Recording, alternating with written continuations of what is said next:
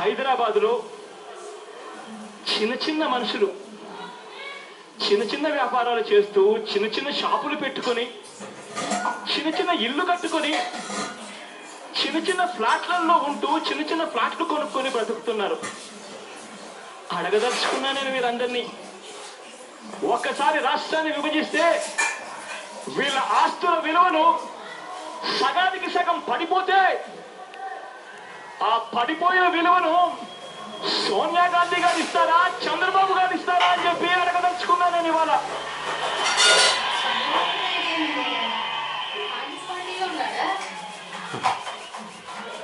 ఎంతటి దారుణమైన పరిస్థితుల్లో వీళ్ళ ఆలోచనలు ఉన్నాయి అని అంటే బాధ అనిపిస్తుంది. ఇటువంటి ఆలోచనలు చూసినప్పుడు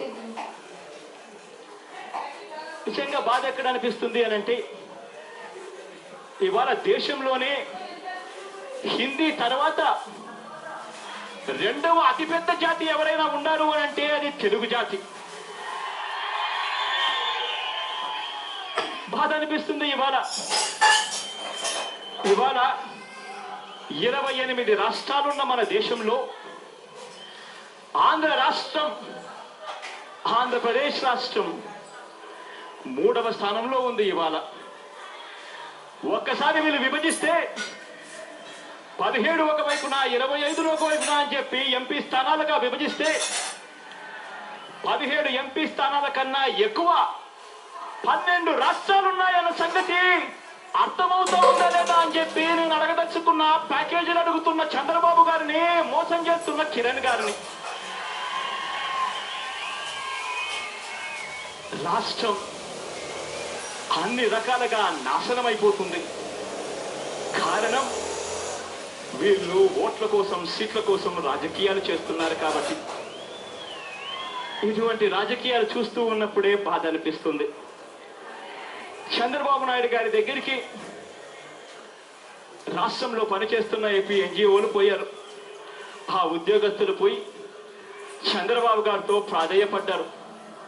అయ్యా బాబు గారు, మీరు విభజనకు వ్యతిరేకంగా, మీరు సమాఖ్యానికి వ్యతిరేకంగా విభజించాలి అని చెప్పి మీరిచ్చిన లేఖను వెనక్కి తీసుకోండి, అన్యాయం అయిపోతా ఉన్నాం మేమంతా అని చెప్పి చంద్రబాబు గారి దగ్గరికి వెళ్ళి అడిగితే ఆ ఉద్యోగస్తులు నిర్దయగా చంద్రబాబు గారు అన్నారు, ఆ లేఖను నేను వెనక్కి తీసుకోను, బెంగళూరులోను చెన్నైలోను తెలుగు వాళ్ళు ఉన్నారు కదా, వాళ్ళంతా ఎలా బతుకుతున్నారో ఇక్కడ కూడా అలానే బతుకుతాడు అని చెప్పి చంద్రబాబు గారు అన్నారు. బాధ అనిపిస్తుంది. ఇవాళ వీళ్ళు మాట్లాడుతున్న మాటలను చూస్తూ ఉంటే, అయ్యా చంద్రబాబు గారు మీరు రాజీనామా చేయండి అని చెప్పి ఉద్యోగస్తులందరూ పోయి అడిగితే, నువ్వు రాజీనామా చేస్తే నీ పార్టీలో ఉన్న వాళ్ళంతా కూడా రాజీనామా చేస్తారు, ఈ వ్యవస్థలోకి నిజాయితీతో కూడిన రాజకీయాలు వస్తాయి, 3 పార్టీలు విభజనకు వ్యతిరేకంగా ఉన్నాయి, మీరు కూడా 4వ పార్టీగా వచ్చి రాజీనామా చేసి ముందడుగు వేయండి అని అడిగితే చంద్రబాబు గారు నిర్దయగా చెయ్యను పో అని అంటారు.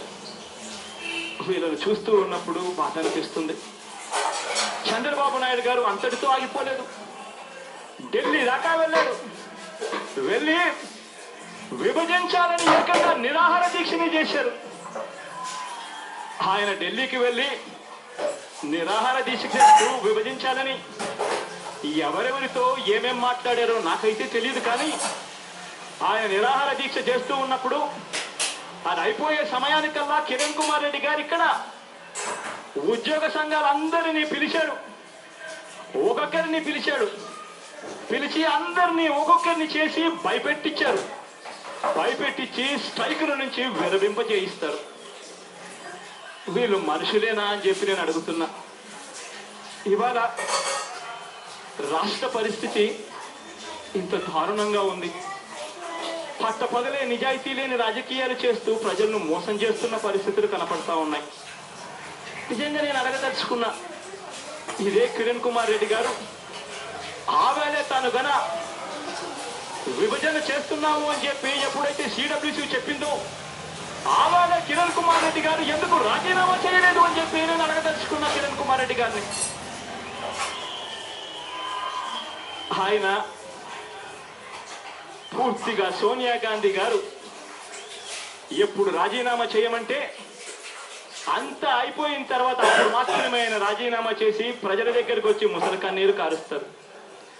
కిరణ్ కుమార్ రెడ్డి గారిని అడిగాం, అయ్యా విభజన ప్రక్రియలో దేశ చరిత్రలో ఎప్పుడూ కూడా కని విని ఎరగని విధంగా మొట్టమొదటిసారిగా ఇవాళ అసెంబ్లీ ఆమోదం లేకుండానే పట్టపగలు ప్రజాస్వామ్యాన్ని ఖూనీ చేస్తూ రాష్ట్రాన్ని ఎక్కడా విభజించిన విధంగా మన రాష్ట్రాన్ని ఇవాళ విభజిస్తున్నారు. అసెంబ్లీని సమావేశపరచండి, అసెంబ్లీని సమావేశపరిచే హక్కు మీకే ఉంది, సమావేశపరచండి, సమైక్యంగా ఉండాలి అని చెప్పి ఇక్కడి నుంచి అసెంబ్లీ తీర్మానం చేసి పంపుదాం, క్యాబినెట్ నోటు తయారు కాకముందే పంపుదాం. అలా పంపితే మొత్తం దేశం మొత్తం చూస్తుంది. దేశం మొత్తం చూసినప్పుడు, దేశం మొత్తం మీద అలజడి పుట్టినప్పుడు సోనియా గాంధీ గారు తన నిర్ణయాన్ని వెనక్కి తీసుకోక తప్పదు అని చెప్పాం. కిరణ్ గారిని అడిగాం, గవర్నర్ని కలిశాం, ప్రాధేయపడినాం, అయినా ఎవ్వరూ పలకలేదు. ఆ తర్వాత నిరాహార దీక్షను నేనే చేశా, అమ్మ చేసింది గతంలో. చేసిన తర్వాత కూడా మళ్ళీ గవర్నర్ దగ్గరికి వెళ్ళాం, వెళ్ళి మళ్ళీ గవర్నర్ గారిని అడిగాం, కిరణ్ గారి ఆఫీస్ దగ్గర ధర్నాలు చేశాం. అయ్యా ఇప్పటికైనా కూడా కనీసం డ్రాఫ్ట్ బిల్లు మనకు రాకముందే కనీసం ఇప్పటికైనా అసెంబ్లీని పిలిచండి, అసెంబ్లీని ఇప్పటికైనా పిలిచి సమైక్యంగా ఉంచాలి అని చెప్పి ఇక్కడి నుంచి అసెంబ్లీ ఆమోదం పంపుదాం, దేశం మొత్తం చూస్తుంది, కనీసం ఇప్పటికీ మించిపోయింది లేదు అని చెప్పి కిరణ్ కుమార్ రెడ్డి గారిని అడిగాం, గవర్నర్ని అడిగాం. కానీ చేసిన ప్రతి ప్రయత్నం అరణ్య రోదనగానే మిగిలిపోతా ఉంది. ఇవాళ ఎక్కడ సమస్య వస్తూ ఉంది అని అంటే వీరిద్దరూ కూడా మన రాష్ట్రంలో ఉండి మన రాష్ట్రాన్ని వెన్నుపోటు పొడుస్తున్న వాళ్ళు వీళ్ళిద్దరిని చూసినప్పుడు బాధ అనిపిస్తుంది. ఇక్కడ సోనియా గాంధీ గారిని చూసినప్పుడు ఇంకా బాధ అనిపిస్తుంది. మన రాష్ట్రం నుంచి ఆ దివంగత నేత ప్రీతమ నాయకుడు రాజశేఖర రెడ్డి గారు ముఖ్యమంత్రిగా బ్రతికున్నప్పుడు 2 సార్లు సోనియా గాంధీ గారిని ఆ ప్రధానమంత్రి స్థానంలో కూర్చోబెట్టే పరిస్థితి తీసుకొచ్చిన ఆ దివంగత నేత చనిపోయిన తర్వాత ఇవాళ సోనియా గాంధీ గారు ఓట్ల కోసం, సీట్ల కోసం తన కొడుకును ప్రధానమంత్రి చేసుకోవాలి అన్న ఆలోచనతో ఇవాళ రాష్ట్ర ప్రజలతో చెలగాటం ఆడుతూ ఉంది. నేను అడగదలుచుకున్నాను ఇవాళ సోనియా గాంధీ గారిని, అమ్మా నీ కొడుకును ప్రధానమంత్రి పదవిలో కూర్చోబెట్టడం కోసము, నీ కొడుకును ప్రధానమంత్రి ఉద్యోగంలో కూర్చోబెట్టడం కోసం మా పిల్లల ఉద్యోగాలతో, భవిష్యత్తుతో ఆడుకోవడం ఎంతవరకు న్యాయమో అని చెప్పి నేను సోనియా గాంధీని అడగదలుచుకున్నా.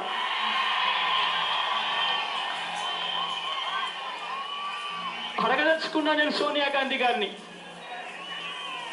అమ్మా 1968 సంవత్సరంలో నీకు రాజీవ్ గాంధీ గారితో పెళ్ళయింది.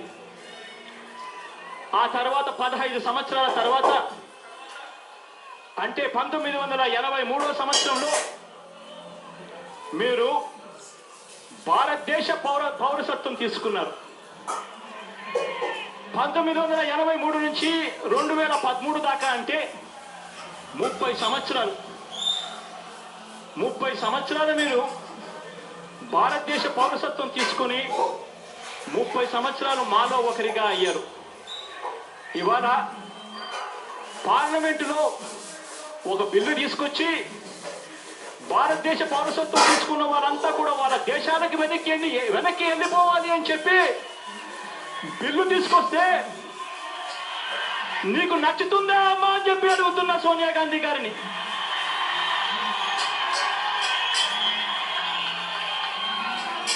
సోనియా గాంధీ గారికి నచ్చదు. కాంగ్రెస్ వాళ్ళంతా కూడా కళ్ళు తాగిన కోతుల్లా రెచ్చిపోతారు.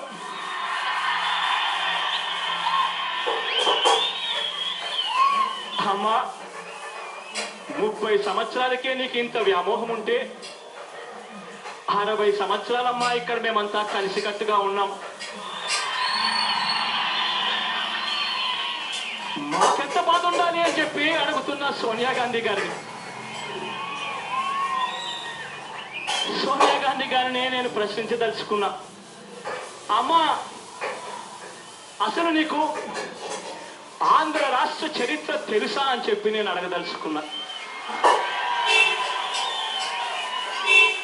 ఎందుకంటే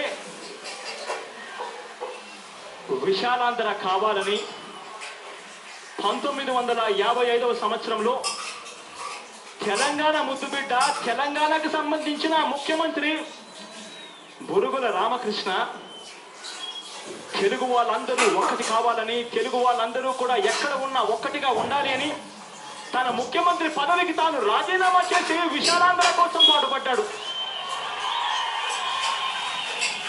తెలుసా సోనియా గాంధీ గారు మీకు రాష్ట్ర చరిత్ర అని అడుగుతున్నా.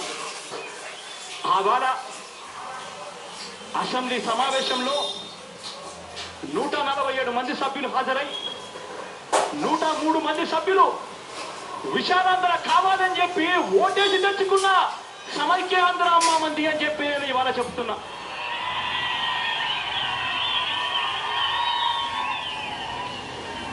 అమ్మా సోనియా గాంధీ గారు, చరిత్ర నీకు తెలుసా అని అడుగుతున్నా. ఆవాల తెలంగాణ బిడ్డలు విశాలాంధ్ర కావాలని చెప్పి పోరాటం చేసిన వాళ్ళల్లో రావి నారాయణ రెడ్డి గురించి మీకు తెలుసా అని అడుగుతున్నా. మంటపాటి హనుమంతరావు గురించి తెలుసా అని మిమ్మల్ని అడుగుతున్నా. సోడవరం ప్రతాప్ రెడ్డి గారి గురించి, డాక్టర్ జయసూర్య గురించి మీకు తెలుసా అని అడుగుతున్నా. నేను రావి నారాయణ రెడ్డి గారు ఏమన్నారో మీకు తెలుసా అమ్మా? వీర తెలంగాణ నాది, వేరు తెలంగాణ